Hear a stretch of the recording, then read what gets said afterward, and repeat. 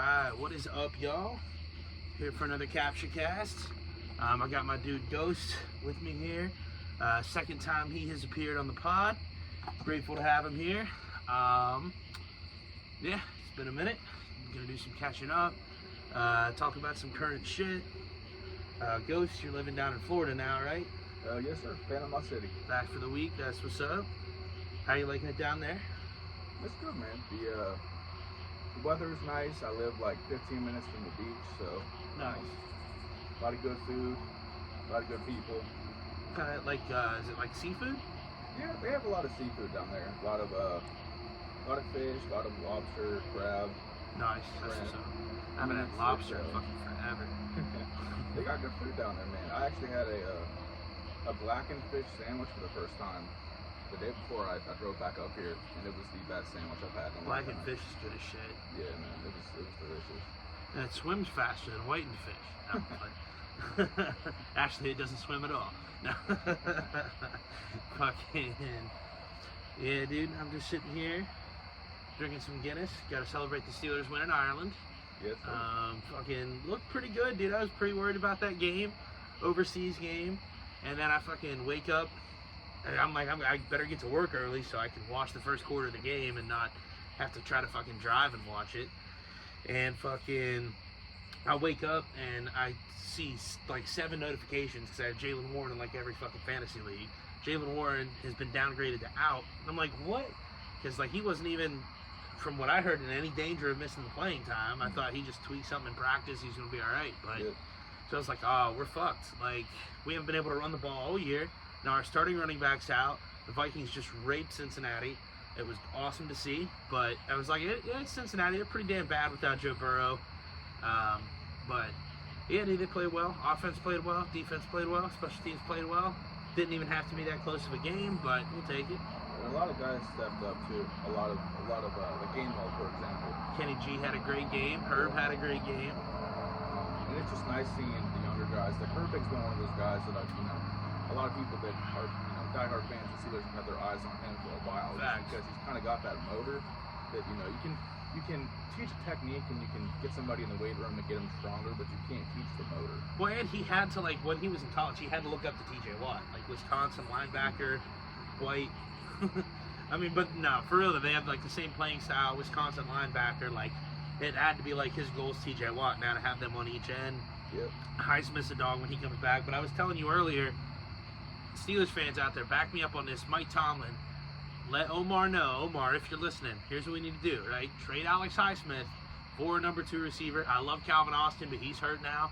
And I think he'd be a great number 3. I love Roman Wilson, but I mean, we haven't seen much of him on the field, so that tells me maybe y'all don't love Roman Wilson as much as I think he's good. So, fucking, we got TJ, we got Highsmith, we got Herb, we got Jack Sawyer. Like, it's great having all 4 of them, but we can trade Alex Highsmith, get a like good ass number 2 receiver, and then you still have an incredible fucking edge rushers. Like, still 3 of them. Like, yeah, my thing with that, it does seem like we need the number 2 guy for sure. Oh, for sure. Like, I mean, we have Freiermuth, who obviously is a great option at the tight position. But I do feel like if we had somebody else to kind of take the attention away from DK, for sure. To kind of have, just a backup option, like you said. Absolutely. I've heard talks about Tyreek Hill. I don't think that's necessarily going to happen. I think that's kind of a definitely not now. Yeah. After last night. Yeah. But R.I.P. Tyreek's knee. For sure. But I pray for a healthy recovery. For sure. Him back. Absolutely. I don't know. It's just tricky trying to figure out what pieces to move, what the best option is for us for now, but also for the future. Well, I mean, I feel like we've already done everything this season to just go all in for this year. Yep. So at this point, you just got to do that. You got it when you have Highsmith, and you're like, we still have 2 good, young, future edge rushers there. We have TJ, who just signed to a brand new deal this offseason. Mm-hmm. Like, now is the time to make that move. But yeah, man, so what did you think about Skylar Thompson getting fucking mugged? I haven't heard about that. Yeah, dude, Skylar Thompson got jumped and robbed in Ireland. Oh, man. Yeah, dude. That fucking sucks. That is terrible. You know how pissed dude, and I want to go to Ireland. Like, big time on my bucket list is ending the night in a fucking Irish pub. singing like some Irish pub songs with fucking some Guinnesses, dude. But I'd be so pissed if I had to go to Ireland for work and I fucking got jumped and robbed. Like, that sucks. Yeah. Crimes, dude, Europe's like the fucking third world, like halfway now, I swear.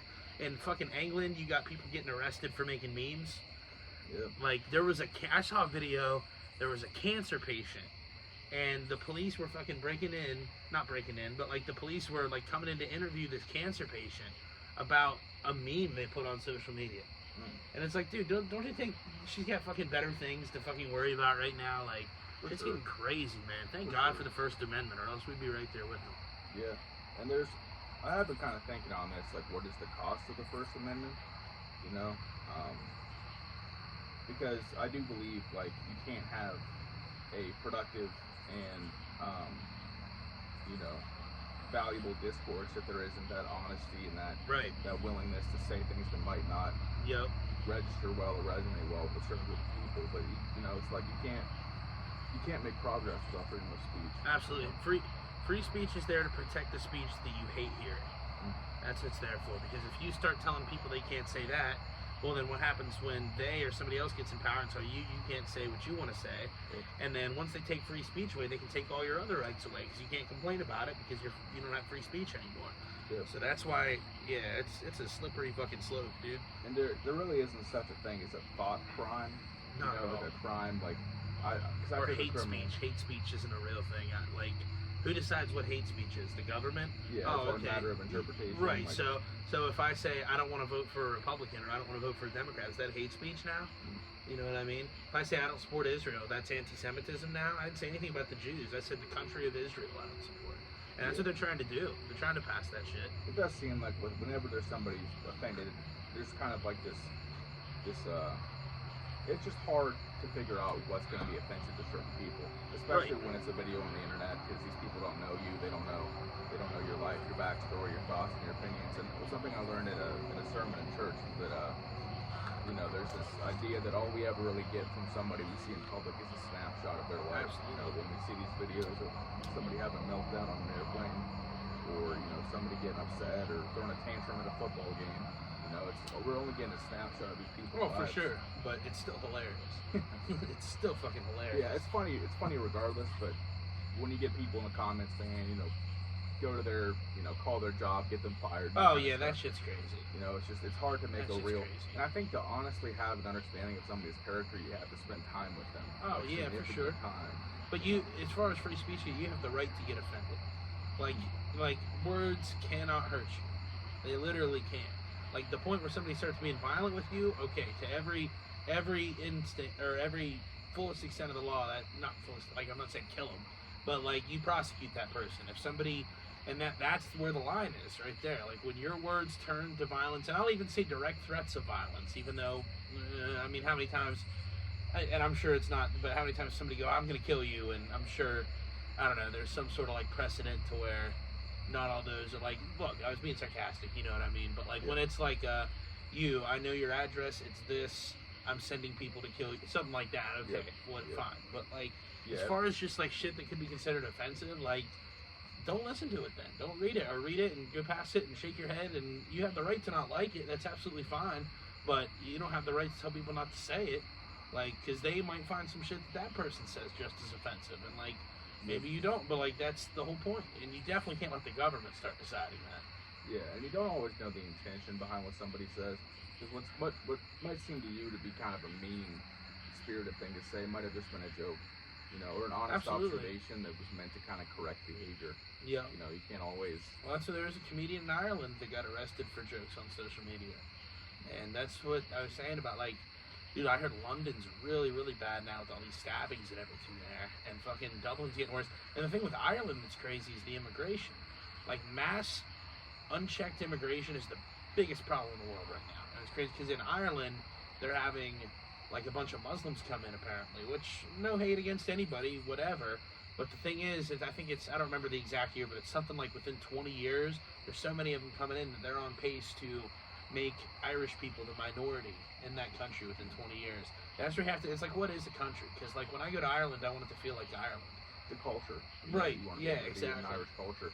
Now, I mean, that culture evolves and stuff for sure, and you got to have some immigration influence on it. I'm not saying you can't, but to just overnight, pretty much 20 years, that's nothing in the span of the world or in a country's life or anything. Long-term, yeah, to just supplant and say, hey, you know, all the people that live here, well, we're going to bring in 4 times as many people as you, and they're going to be able to run for the same office and do the same. And so basically, we're going to take people from this country, bring them to your country, where they're going to turn it into that country, and that's where we're at with immigration right now.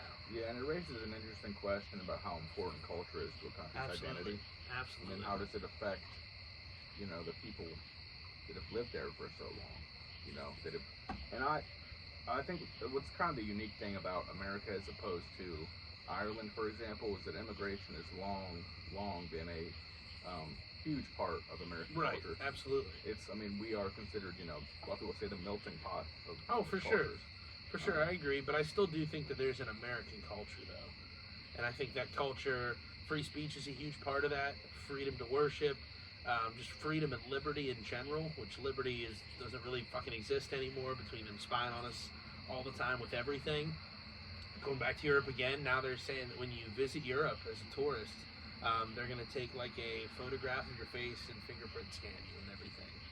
And that shit scares the fuck out of me, dude. Because again, it seems innocent. It's like at first you're like, oh yeah, well then keep people safe. Why wouldn't they? Then after a while, what happens when somebody gets in power and it's like, oh, that's the person on social media that's been saying that I'm a shitty president or prime minister or whatever in the UK. Like, then they just turn them on them. So that's what's scary about it. But yeah, I mean, we're definitely a nation of immigrants, and we definitely need immigrants and immigration. But the flow definitely had to be slowed down. Trump's definitely not doing it completely right. He said there were going to be mass immigrations. There really haven't been. He did stop the flood coming at the border. I'll give him credit for that. People don't really flow into the border as much as they did just because of literally a rhetoric change. Like if Biden had said, hey, stop coming here, then they would have. Like that's what Trump proved with that. But there haven't been mass deportations. The people that have been deported aren't the violent criminals. There have been some violent criminals deported, but he said it was. So good. He said they were going to go after the violent criminals first, and they've got some, but they've also got a lot of people deported just for speaking out against Israel, or just going into graduations and stuff, or people have been in the community for like 12 years and have been good citizens, or not citizens, I guess technically, but you know, good members of their community. And it's like nobody wants that. You know what I mean? Like I even understand. Obviously, violent criminals first, I think everybody would agree with that. Get them out of here, no problem. Second, I even understand if you want to say, listen, everybody that came in the past 4 years, when shit was just unchecked, we got to get you out. It was just too much all at once.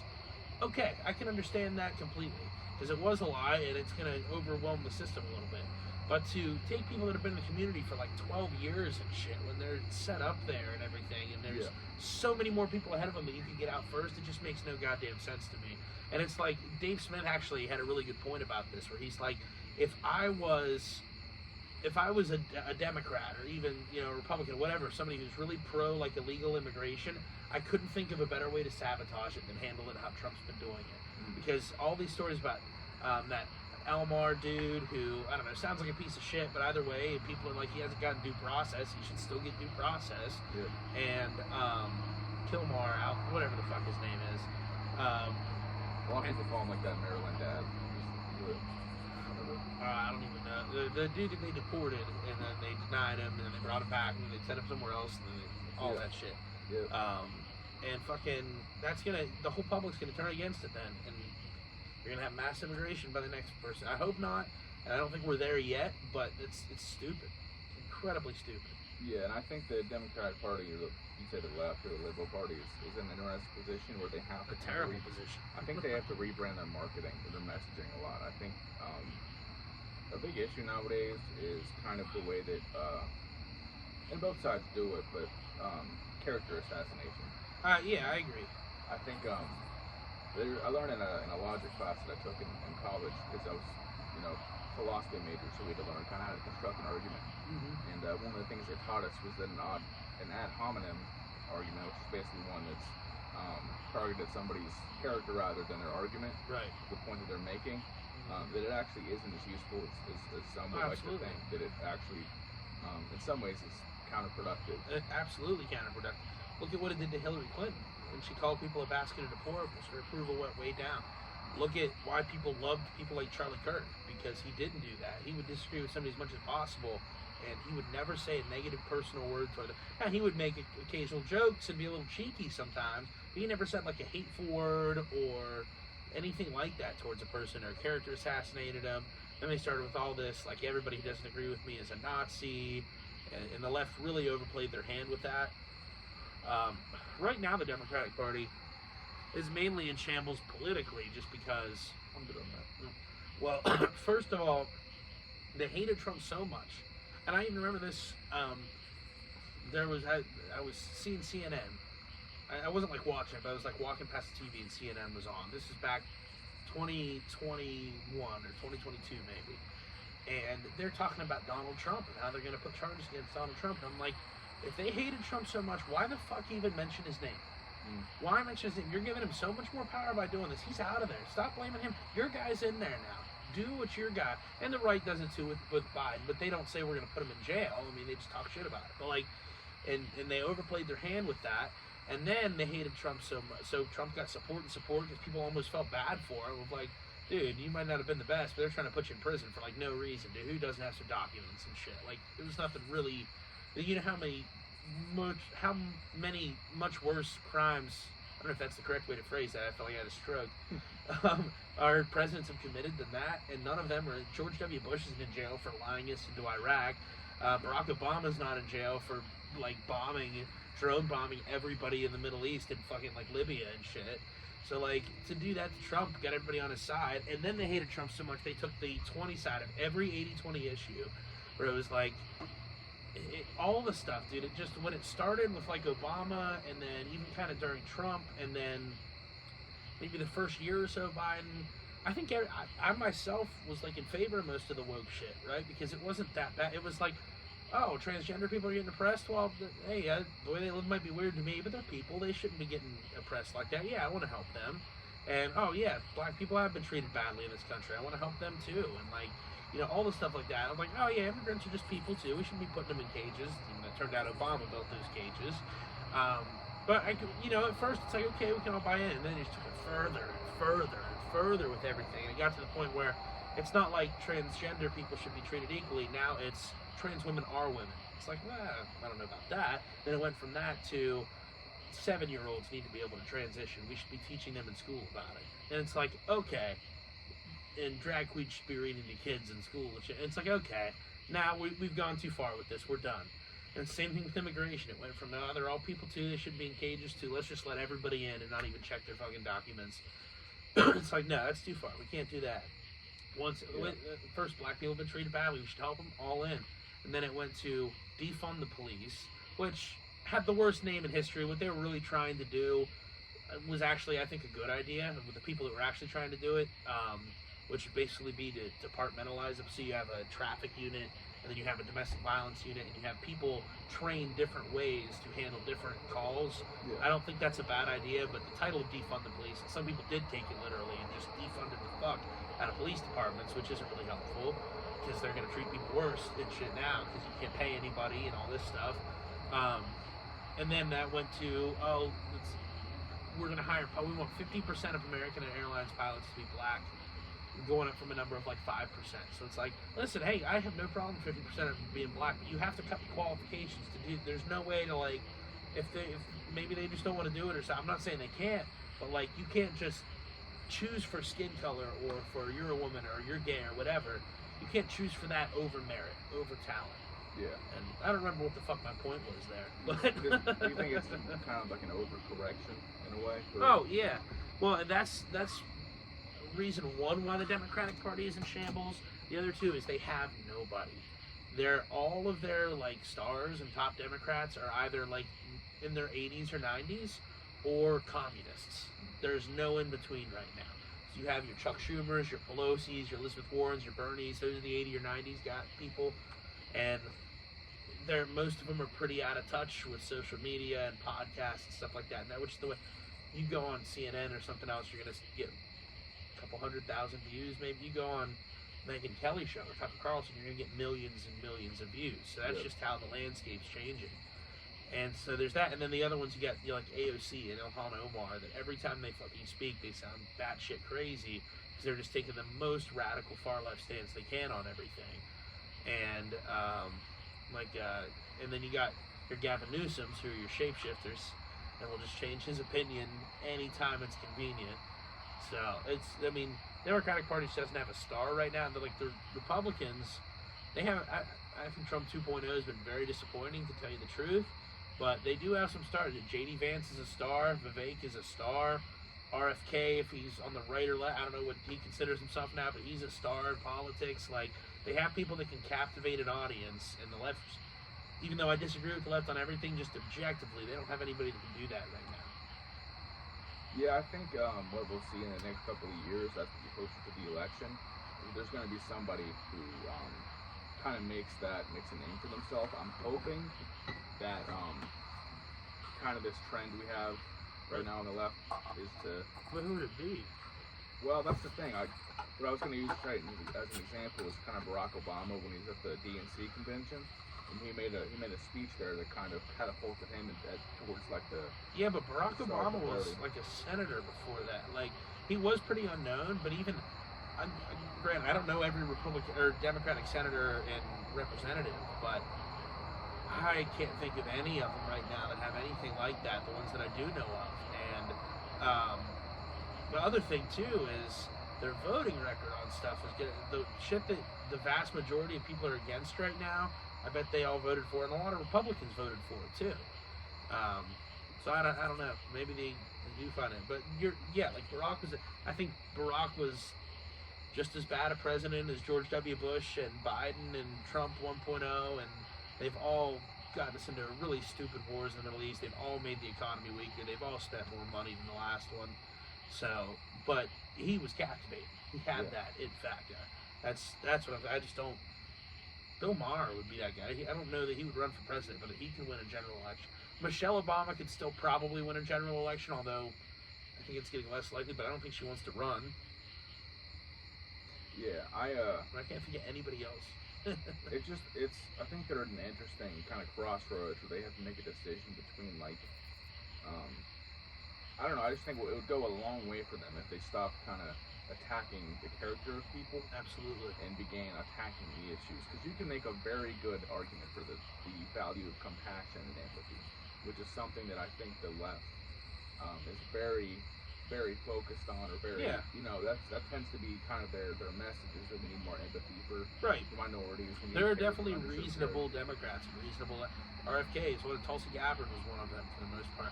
My thing with that, just personally, I agree with the premise a lot of times with what they want, but then when you give it to the government, it just never happens. Like, either some useless department's created that really does nothing, and all of the money that goes to it from my taxes just goes to people's salaries to sit there and do nothing, or it's some like front for something evil they're trying to do, or people it starts off as good intentions and everything, and then people get in there and they get greedy. It's my only thing with it, but yeah, I mean, I just don't know that they have a star right now. That's what I was going to say. It'll be interesting to see if the right can stay focused on not demonizing their opponents, because I think the person that generally the most part helped do that was Charlie Kirk. And he was the person that could go to he was the person that united RFK and Trump and Tulsi and J.D. Vance. He got that whole coalition together. I don't know that any of them could have done that by themselves. Do you think Trump and RFK could have sat in a room and got along before? Like, got along maybe. I don't know about work together. Like, yeah. But I do think, in light of his death, I think what is very inspiring and kind of the positive that is coming out of it is that you see a lot of people trying to embrace that idea of talking to the other side. Absolutely. And I have seen a lot of videos of people that are, obviously very upset about the way some people reacted to his death. The people that kind of... there was some horrible shit out there. Yeah, there was, for sure. And I'm not even talking about people making jokes. Look, I do comedy. I love jokes about fucked up shit. There were some, I think, not very tasteful ones or not very good ones that I saw early on, but it's like, whatever. I'll always defend your right to try to make a tragic situation funny. It's the people that I'm talking about that just literally said, good, I'm happy. Shit like that. Like people that were just joyful because a man had been killed for exercising his First Amendment right, and they disagreed with what he had to say. Yeah, and that's the shit that sickened me. I think what tends to happen a lot of days with these days with social media is that people tend to get they become a caricature in some people's minds. Like if you only see, a clip of somebody and you go to the comments and it's everybody saying how awful this person is, oh, you're a racist, a homophobe, a xenophobe, then the only evidence you have of who that person is just that one clip in those comments. So I think it's gotten to the point now where if you only see a little bit of somebody on social media, there's this tendency to kind of turn them into a caricature of who they really are. Absolutely. And then when you see and then we also tend to identify somebody as their beliefs rather than who they are through the behavior. Right, rather than a father and a husband and and AI is only going to make all of that worse. Wait until it's just a clip out of context. Now it'll be something completely generated, and 70-year-old Betsy down the street doesn't have any idea about what AI is, and she sees it and she fucking thinks that, I don't know, Vivek Ramaswamy is eating cats in her fucking front lawn, something crazy, because the other side presented that on the news or on some crazy shit that's gonna be the next thing. And I mean, the AI shit scares the fuck out of me. Yeah, it is definitely concerning. Yeah, on all levels, not just for the video creation, image creation, but also on the automation aspect of things. People getting their jobs taken by absolutely. by AI. And it's one of those things that, well, first of all, it's one of those things that I'd say 80 to 90%, maybe that's high, I don't know, of college degrees will be eliminated by AI. Because most of the things you go for college for. Clearly, I didn't graduate. me neither. The things you go to college for are accounting and graphic design and shit you do on a computer in an office because you don't want to work a manual labor job. And that's all the shit AI is going to take. All the shit that is not manual labor. That's the thing they won't be able to do yet. Till they make them bodies they can fully control, which we're probably not far off of. But those would probably be really expensive off the bat. So shit's crazy. And it's one of those things also that it's such a conundrum because you can't keep doing it, right? It's such a bad thing. We have to just stop developing AI altogether. It's not going to end well. We all know that. But you can't stop because everybody else in the world is going to keep doing it. And if China or Russia or some of those places, I'm not even a big China and Russia hawk like people are. I say let's get along with everybody. Where we try to go to war with people, let them do what they want to do. We'll do what we want to do. But if we really don't want another country like that to get control of AI before we do, I mean, it's like the space race again. I'm not saying our government's going to use it responsibly at all. I'm sure they won't. It'll be terrible, but it's probably better than China or Russia's government would do with it, probably, I guess. So, I mean, we have to be the first ones to develop it, but at the same time, the faster we do that, the faster I feel like we're guaranteeing disaster for ourselves. Yeah, and I guess with any major change in society, I often wonder what how do we put the guardrails up so that it doesn't spin too far out of control. But protect liberty. Yeah. That's the tough part. Yeah. Guardrails that still protect liberty. That's a tough line to walk. For sure. Yeah, we are in just this past year alone with certain things that have happened. I mean, I feel like we're in a pivotal time in American history, and I think 40 years from now we'll look back at this time and be like, this is where things, took a turning point, so to speak. Yeah, it seems like there's a sort of, I know everybody's been saying this is going to sound cliche, but a spiritual awakening going on. There really is, though. And it's not even necessarily, for me personally, I think a lot of other people, I've gotten back in touch with God more than I had since I was a kid. And just really kind of reaffirmed and Charlie Kirk was a big part of that for me, too, the way he would be. And just, I'm a big on, okay, what's the logic, what's the facts, what's the evidence behind it? Because everybody has faith, right? I need why is your faith better than that? Even though I was raised, that was my thing kind of going in. We said there's no archaeological evidence that disproves the Bible. Another one's when, how did he phrase it? When Jesus rises and he tells the two women to go tell everybody, in those times back in the day, if you wanted to like write a story and make it believable, you wouldn't have the women going to tell everybody because their like word wasn't as valued or whatever. Yep. So like they would go tell everybody, people would be like, "Shut up, you stupid whatever," like type of thing, probably type shit. And so the fact that Jesus did choose the women is another sign of like there's no reason to do that if it wasn't real. You wouldn't put that in the book. It wouldn't be believable type thing. Yeah. There are and then also, sorry, last thing. We have the most complete and consistent account of the most important man known to history, Jesus of Nazareth. Yeah. There's other accounts of him, Islam faith and other different things, Roman scriptures and stuff, or not scriptures, but like Roman documents from that time. But the most historically accurate, consistent, and detailed account is the Christian account. And we know for a fact Jesus was a real person. Yeah. Yeah. And I've seen I've seen videos of Charlie Kirk arguing kind of for the existence of God. There is a man, I don't know if you've seen him, Cliff Cannickle? I think I've heard of him. Yeah. I hope I'm pronouncing his last name correct, but he's a preacher.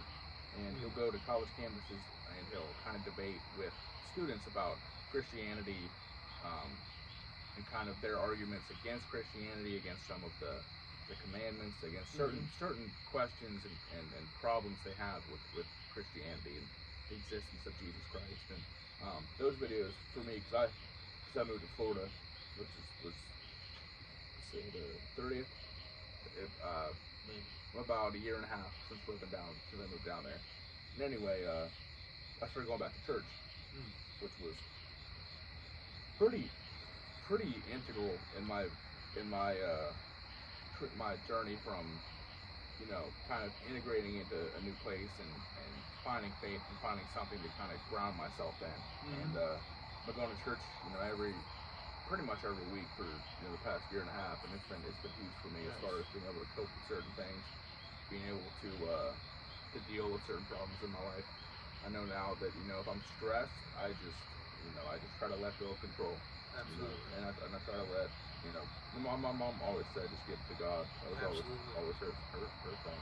Yeah, I haven't been back on church regularly yet, but that's just because I work like literally every Sunday. Like even I'd go for a Sunday to go to church or to, obviously I wouldn't, that's a commandment, don't do that, but metaphorically or hyperbolically speaking, or even have a Sunday off to watch football at this point. I've worked like the last so many Sundays I can't even remember, but I will have one off, but unfortunately still won't be able to go to church just because the day's taken up. I'm going to the Steelers-Browns game October 12th, coming back from the bye, so that's gonna be nice because we got bye week this week, and then next week after that's that game. So it's a good opportunity to be 5-1. The Browns can be pesky, but no reason we shouldn't win that game. Yeah, and I wouldn't even say that you need to go to church in order to develop your faith and your relationship with God. I know my mom. Oh, that's what I was gonna say. Sorry, I have been reading the Bible. That was my point with that. I made it through. I've been reading it for like a year. Sorry, I didn't mean to cut you off, but I just remembered why this is relevant to what you were saying, to make it make sense for everybody. But yeah, I started listening to the audio book like on the Bible app. I don't know if you have the Bible app, but I started listening to it from the beginning like a year ago, and I made it through. I'm like most of the way through Luke. Now I need to get back on it. I haven't been back to it like months for some reason. I think it's because I almost got some like fatigue now that I'm almost like 3/4 the way through the Gospels, because yes, there's different stuff in there and it's interesting hearing the different stuff, but it's like, okay, this is the same story I heard the last 2 times, but I need to get out of that and just get back to reading it. Sorry. Well, that's the beauty of kind of the Gospels, is that you can come back to it over and over again and find little different nuggets of wisdom. And Luke is interesting because it, I believe that's the book in which the crucifixion and resurrection are depicted, or towards the end of Luke, I believe. Well, yeah, towards the end of all of them. Yeah. And all the Gospels. But it's just I don't know. For me, like the thing that's been most instrumental in the past year and a half of me just trying to, grow and make progress as a human being, has just been finding faith in God and Christ, and it's been huge. It's been the biggest change that I've made in my life in the past, No. Well, what I was saying even too is people realizing it's like a spiritual battle going on, even if people aren't Christian necessarily, or even don't subscribe to faith, even though they're atheist or agnostic. I think we're getting to a point in society, people are realizing finally it's not Democrat versus Republican, it's good versus evil. It's bought and paid for by corporations and billionaires versus the common people. It's, I mean, intelligence agencies versus the people that people actually want running the country and actually would like to vote for and stuff. And that's the battle that's going on right now, regardless of, like, this point, even though I'm libertarian, right, I'd vote, and I think most of current Democratic policy, like Kamala Harris, Joe Biden policy, I think is ludicrous. But I'd vote for a guy like that, probably not, but like I'd be sooner to vote for a guy like that that's honest than somebody saying things that I believe, but 2 years ago was saying something completely different and can't tell me why he changed. It's not like he was like, oh, I read this and this changed my mind. You just can't tell me. That's Kamala Harris, dude. Kamala Harris 4 years ago, and I believe some of this shit back then, but I can sit here and tell you why I don't believe in it. Oh, I read this, I started listening to this, COVID happened, I saw how the media reacted during COVID, that showed me what the media will do and lie about. So, like, I can tell you my journey there. Kamala Harris, it would be, what was it, like, EV mandates or something like that. They were asking her, like, back in 2020, and she's like, oh yeah, I definitely support those, all that shit type, like stupid far left stuff like that. This past election, people would ask her direct questions about it, and she would just say something completely like, we need to have more electrical vehicles. And it's like, that's not answering the question. Like, how do you feel about this? Like, that's what lost her. Trump, love him or hate him, the dude is pretty honest. He's too honest for his own good most of the times. It's not to say he's not still a little corrupted. There's not a lot of corruption in this administration. But as far as like compared to an average presidential candidate, even though he's the sleazy businessman guy, right?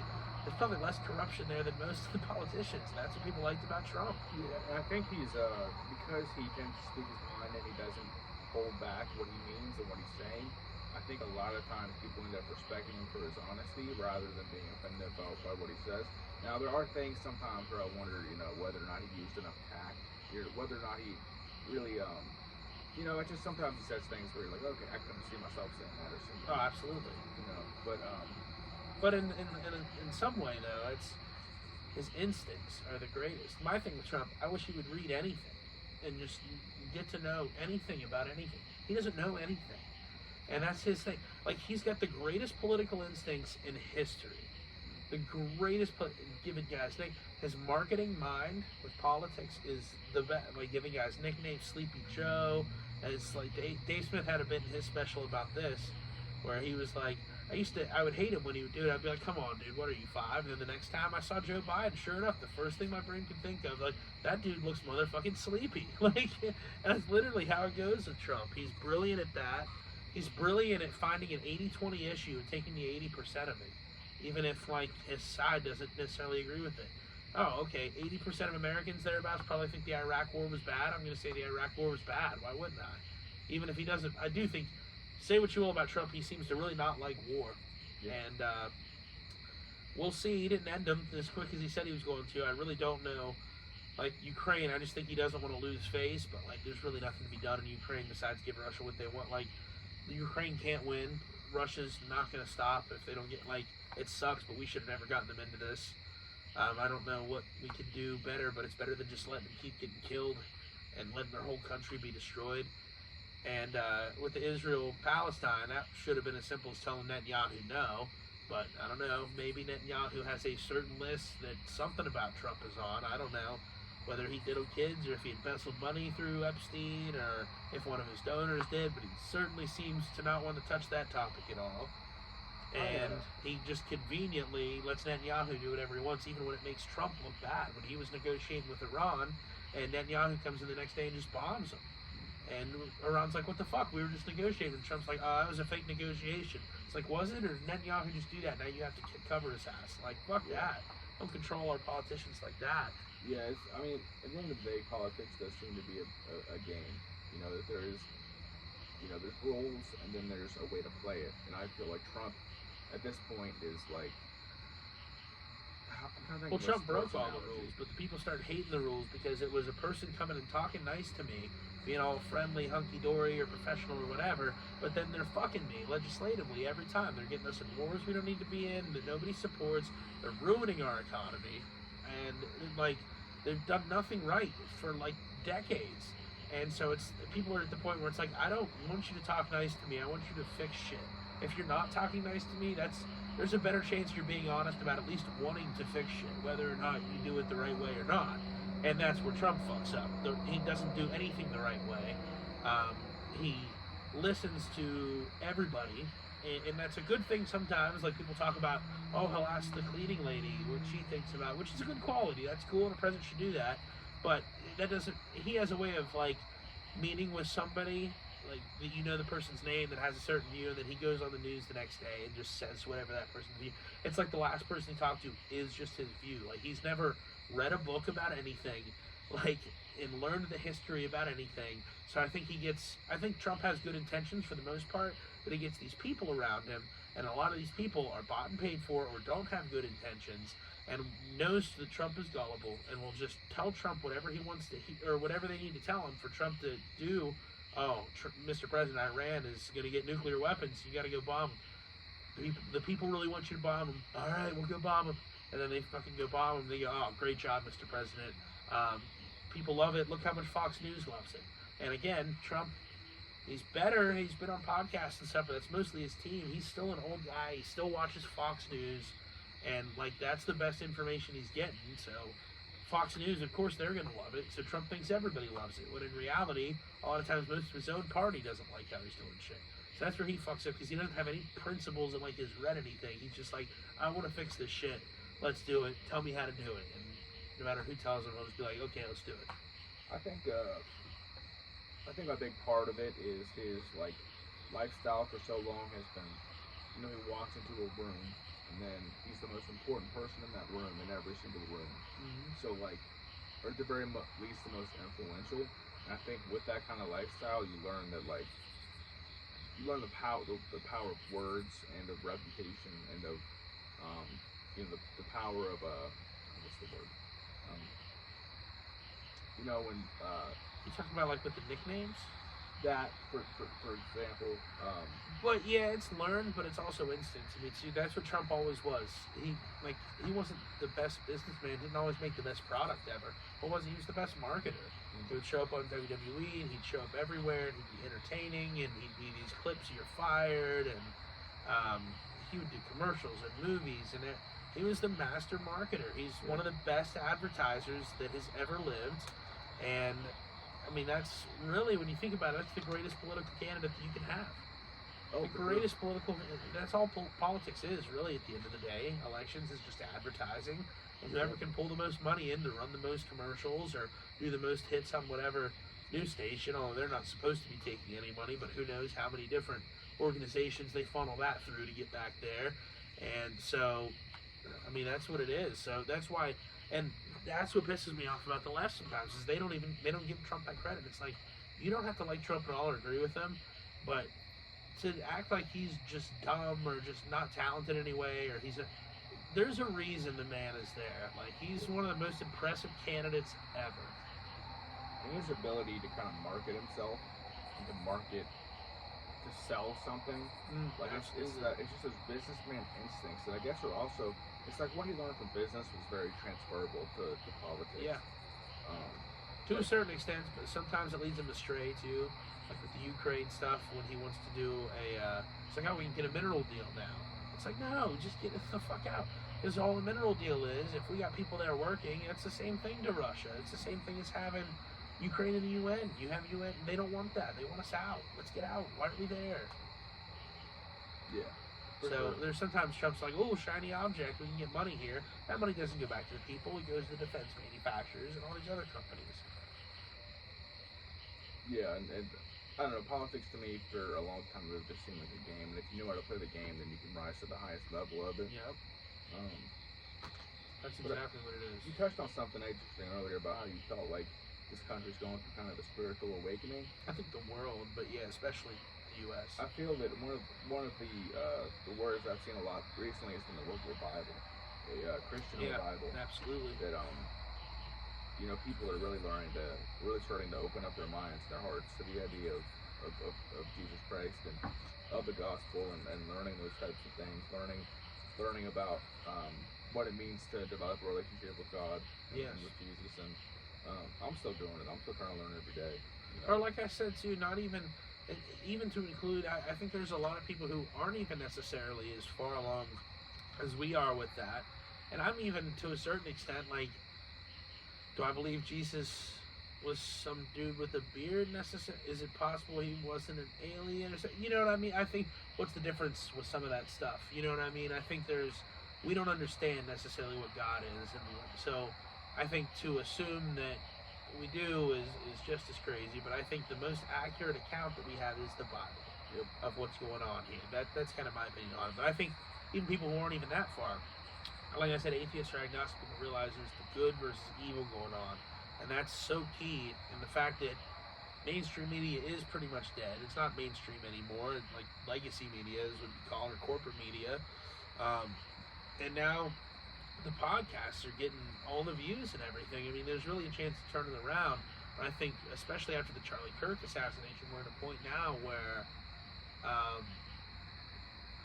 I think we're all just kind of, I hate it to say it, I hope to God I'm wrong about this, and I pray I'm wrong about this, but I think it's important to say, because I think we're all thinking it, when's the other shoe going to drop? Like, is this their new plan now? If this was some intelligence operation, what's going to happen to Tucker Carlson, or Candace Owens, or all these other people who are willing to speak out against Israel? Dave Smith,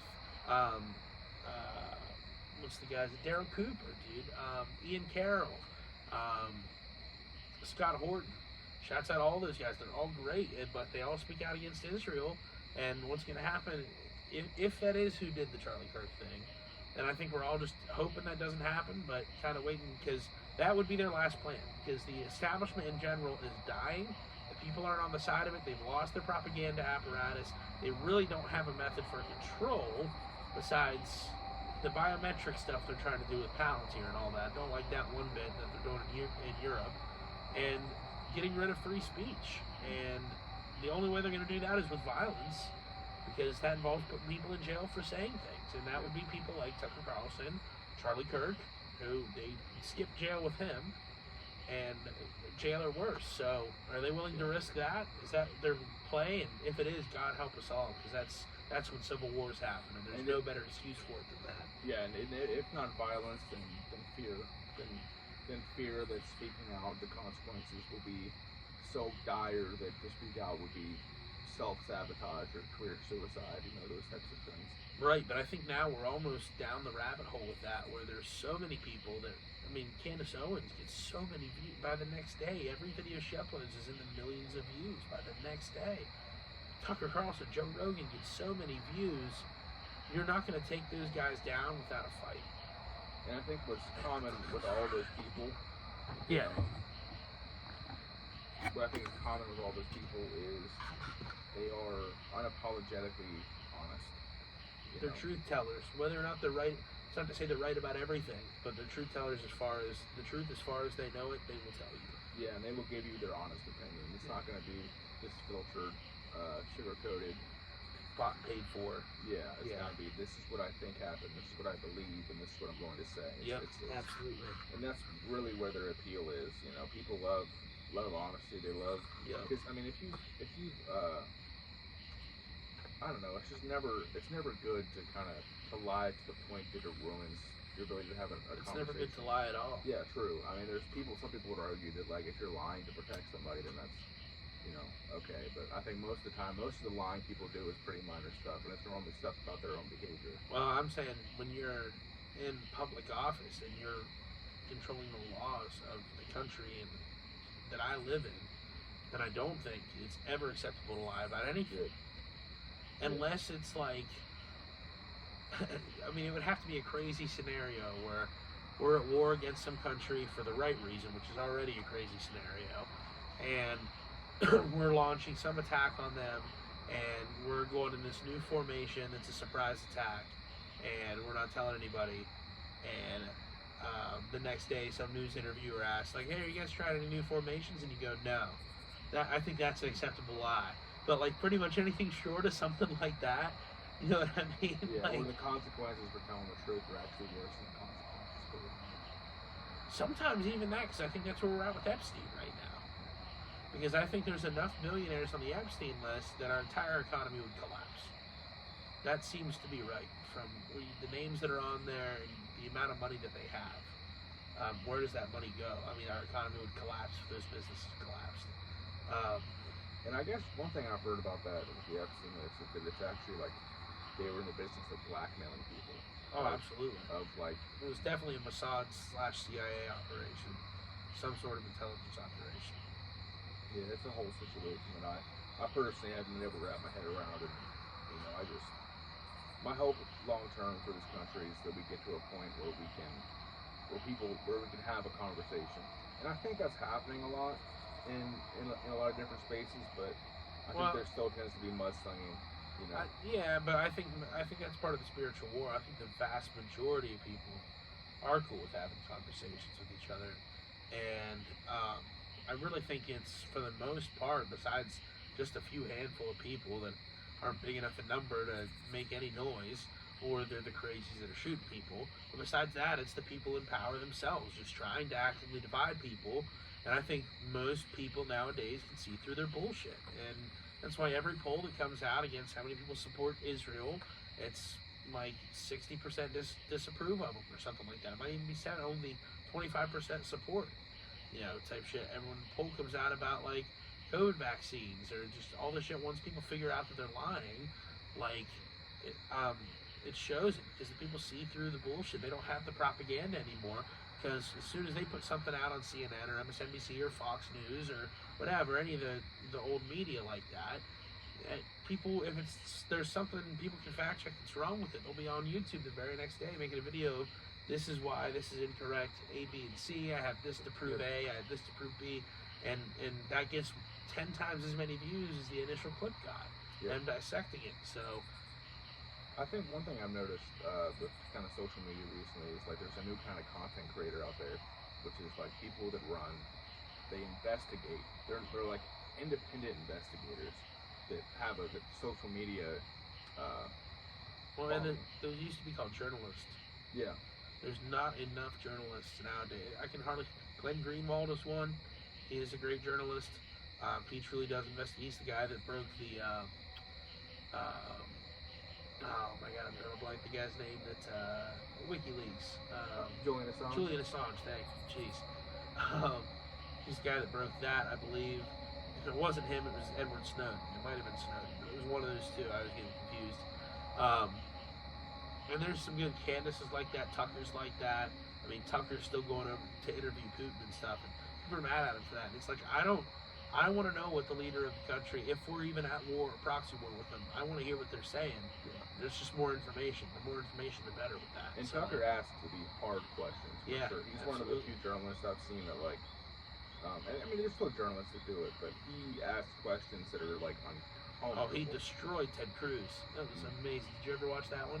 I had seen clips of it, I believe. The one where he's like, Ted, well, because Ted Cruz had said something about his number one goal as a senator is to protect Israel. It's like, and Tucker's like, well, why is that your number one goal? You're a senator in the United States. Like, why is that your number one goal? And he goes, well, I grew up, and I learned about God and everything, and I learned about the Bible, and they told me that the nation of Israel, like, if you protect them, it'll make you smile. And Tucker's like, oh, so you think that's the modern nation of Israel, not like God's people that ended up when the New Testament came along, that like pretty much said everybody's accepted now. And so he's like, you think this is talking about like the current state of Israel? And Tucker's like, yes. And Tucker's like, where does it say that in the Bible? And Ted's like, oh, I can't remember off the top of my head or something like that. And Tucker goes, oh, that's Genesis 14 or whatever the verse was. Like, Tucker knew the exact verse he was talking about. He's like, and then he's like, so that's your main reason for being in politics, and you can't even cite the verse and the number of it? And his tone with his voice makes everything so much better too. But he's a smart motherfucker. Yeah, he comes with receipts. He gets, absolutely. He has that. It's just he's the definition of a journalist. Yeah, absolutely. As far as like doing the investigation, asking the tough questions, being willing to suffer the consequences for taking a stand, and And it's also and always trying to uncover stuff. Yeah, and he doesn't always. Story. What I do appreciate sometimes, it's not always like an opinion article. A lot of times he just reports the facts, and then he'll kind of provide, and he does give his opinion a lot, which is, you know. Well, like he's got a new 9/11 series coming out, and I watched the first episode of it, and in the episode he even says, we're not trying to create a narrative here. We have no narrative to create. We're not going to act like we know what's going on. All we're going to do is present you the facts, and to why we can prove that the narrative we've been getting is not true. Now, we don't know exactly what happened, but our question is, why are they lying about some of these things? And that's what Candace is saying about the Charlie Kirk assassination, too, and about Brigitte Macron's penis, which that's a crazy, interesting series you gotta watch. At first, I was like, that's crazy, and then I watched it, and I'm like, holy fuck, Brigitte Macron's a man. Like, it's literally like that. Within, like, 3 episodes, you're like, she's right. She has too much evidence to not be right. Like, I saw that got her a lot of backlash. I saw a little bit of her talking about that on the show. well, one thing is they're suing her, and they've sued a few people in France that have been investigating this, but never in the lawsuit have they ever sued any person for saying that Brigitte's a man. It'll be some other weird semantic thing. It'll be like, oh, well, you said this photo was doctored this way. It was actually doctored this way, so that's defamation. They've won on that. And even with Candace, I think they're suing her for like cyberbullying, or no, they sued somebody else in France for cyberbullying. And I can't remember what they sued Candace for, but I don't think it was defamation. It wasn't for saying Brigitte's a woman. It might have been for defamation, but it wasn't for saying Brigitte's a woman. Like if you read the court documents, there's not even really a reason in there that counts as defamation. Like, it's crazy. And Candace is like, that's weird. And like, if you really are a woman, also, why would you be suing people? Because you're a public figure, you gotta know people are out there just saying crazy stuff. If it were me, I would either be like, well, here's a picture of me pregnant to prove I'm not a woman, or I wouldn't even say anything because it would bother me. Yeah. Like, yeah, that is, and she's got so much more evidence. This shit's crazy, dude. The world is a crazy place, dude. Oh, for sure, dude. It's like that Morgan Wallen line. I was just thinking that. Yeah. I'm a little crazy, but the world's insane. It's such a good fucking song. Any of y'all who haven't listened to that song, do yourself a fucking favor. I'm a Little Crazy by Morgan Wallen. Great goddamn song. And his albums are only getting better, you know.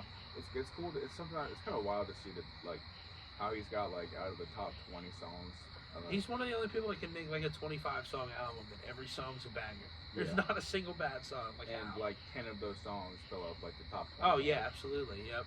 Then I can listen to it in a row and not get bored. And still somehow when it gets done, I'm like, wait, that was it? It was 25 songs, dude. That Oliver Anthony album that came out, Yeah, it was last year before. Yeah, it was super good. I saw him live, and that was a great show. What is the name of that album? Fuck. Something of a Troubled Man? Or Hymns of a Troubled something? Can't remember. Hymnal of a Troubled Man. Maybe. That sounds maybe right. Either way, I remember hearing that. It was a good-ass album. Being blown away. Yeah. This is... Yeah, I saw him live right after he dropped that, and it was a great show. It was cool, too, because I saw him in Pittsburgh, and he was talking about how he had a buddy from Wheeling. I was like, yeah, it's close to where I live. So that was pretty sick. Oh yeah, did you hear his new song? It's probably a couple months old now, but about his wife and like the divorce and shit. Scornful Woman. Yes. Dude. Yep. What a diss track. What a country diss track. Yeah. His vocals on that were. I mean, you can tell it's just raw and heartfelt. Yeah, and that's how most of the songs are, but especially on that one, like it was coming from a place in his soul. You know? Absolutely. Yeah, that was a good show. So fucking, you got any fantasy teams going this year? I did not. I did not get into fantasy this year. I kind of wish I would have. I have 7 teams, and none of them are doing particularly well.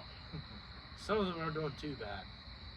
Some of them are doing pretty bad. I think I have at least a win in every league. I'm pretty sure. So that's good. But there's a lot of 1 and something leagues. Did you have I'm sure you probably had some major injuries. Some, but just some performances that haven't lived up to the hype. Some really bad draft pool like numbers. Like I have one league where you start 2 quarterbacks, and I drafted like 8. So quarterbacks fly off the board in the first round. So by the time it got to me, I think I got, who'd I get? Baker maybe? It was like, oh, all right. That's solid. Then by the time I got to my second quarterback, there was nobody. Yeah. It's like, man. At that point, you're looking to get like a Justin Fields. And that's exactly who I got, too. Yeah. That's exactly who I got. And then I ended up trading him for Jared Goff. Then I had to get the guy Kamara, too, because I was like, I need another, because Fields got hurt. And my third quarterback was Cam Ward. And I'm like, he's been dog shit this year. I'm not starting Cam Ward. So, and then I ended up dropping Cam Ward, and somehow Brock Purdy was available, so I think I picked him up. I've seen Caleb Williams has had a Dog shit start to the season. He did have a game against the Cowboys where he threw for like 3 or 4 touchdowns. I'm sorry, I'm thinking of Caleb Johnson, Steelers running back. He's been terrible so far. Sorry, go ahead. Yeah, but Caleb Williams, I think I've seen has had a kind of a better year than I think some people expected. Not a fan. Yeah, we'll see where his career goes. Personally, I just like seeing people execute their job at the new level. That's always what I've enjoyed. So I like seeing. And I think we're at a point where I don't know. I like seeing new stars kind of break their way through the kind of that middle pack. Kind of. He's still you know painting his nails. Who else had a kind of a breakout season? Who else is gonna have or is having a breakout season? Danny Dimes, dude. For sure. Danny Dimes. Hell yeah. Yeah. He has been awesome. I saw a statistic report through the first like 3 or 4 seasons or 3 or 4 games. They punted like twice. Once. Is that the one you're talking? Yeah, once. Punted once, and they were leading the league. They've only punted once, so they're doing well offensively, and then they've allowed the least amount of points they have in since I think 2016. Yeah. I don't know what the fuck's gonna happen to Anthony Richardson, but I don't think he's it for anybody. He's giving me Jamarcus Russell vibes. I just don't think the cat cares about football that much. Yeah, I think the thing with him is it's hard when you got guys that have those athletic gifts. That's always a big problem with him is getting that the mental aspect to get them to stop relying so and much the work on ethic. athleticism. Yeah, exactly. Get them to embrace kind of the mental aspect of the game. For sure. Not that Anthony Richardson isn't studying game plan or nothing, but I feel that a lot of what we've kind of heard about him is he doesn't seem to be the hardest, not even the hardest of working, but he just, like I said, doesn't seem to care about football as much which is fine. But I wouldn't want you as my starting quarterback then either. You know what I mean? There's a lot of guys like that. The Steelers have a lot of guys like that. Like Juju gave me those vibes. Like he kind of cared about football. He was great. Kind of cared about football. Chase Claypool kind of cared about football. Like Antonio Brown got to that point. So, how did you feel about Aaron Rodgers so far this year? Do you feel like he's playing at a level that can lead us, possibly a playoff win? Yes, but it's all going to hinge on how the offensive line plays. Because they were terrible through the first 3 weeks of the season, and they were great last week. And the Vikings defense is really damn good, so I don't know now I read something that said we were bringing in Spencer Anderson as an extra offensive lineman a lot of times, and we were keeping Darnell Washington in a lot more, which he did see. I saw him on the field a lot more during that game, and they said Johnny Smith barely played any snaps, which sucks because we traded for him, but if you need to keep Darnell in as that extra blocker to get some run block, then absolutely go ahead. So hopefully we can keep doing that. If we can do it against the Vikings, they're supposed to be a damn good team. We got Myles Garrett after the bye week, so that's going to be a big test. Yeah, it's going to be. I think our challenge is going to be kind of offensively, how do we mix things up and keep things unpredictable, and then defensively, how do we stay consistent and bend but not break, Yeah, well, and our defense is pretty injured right now, though. It looked damn bad week 1 when everybody was healthy, but whatever. Week 1 to me looked like guys were just over pursuing, being too aggressive, wanting to make it play too bad. That's fixable. But, then we started getting pretty hurt, and we lost to Sean Elliott, who's our main communicator on defense. Things kind of went south from there, and he was back, I think, last game, and the defense looked a lot better. And it already looked a lot better the week before, so if we can keep progressing there, and get some guys back healthy. It's going to be excellent. Yeah, I think Ramsey coming back is going to be big. We added so much over the offseason that I feel comfortable with where we're at. I feel like it's still kind of a matter of finding our stride, kind of finding our identity as an offense and a defense. I still think we're missing a number 2 receiver though. Yeah. Although I did like the Johnny Smith trade. I did like getting him because I feel like it has that verticality. Yeah, and we needed a Pro Bowl level corner more than we needed a Pro Bowl level safety at the moment. So I mean, Jalen Ramsey's been incredible so far. Sucks he got hurt last game. I think I read something where they said he's not expected to play next week, but I don't know how they can know that already. But I don't like reading that, so I don't know. Yeah, and then also adding the other corner. Well, Joey Porter's been hurt.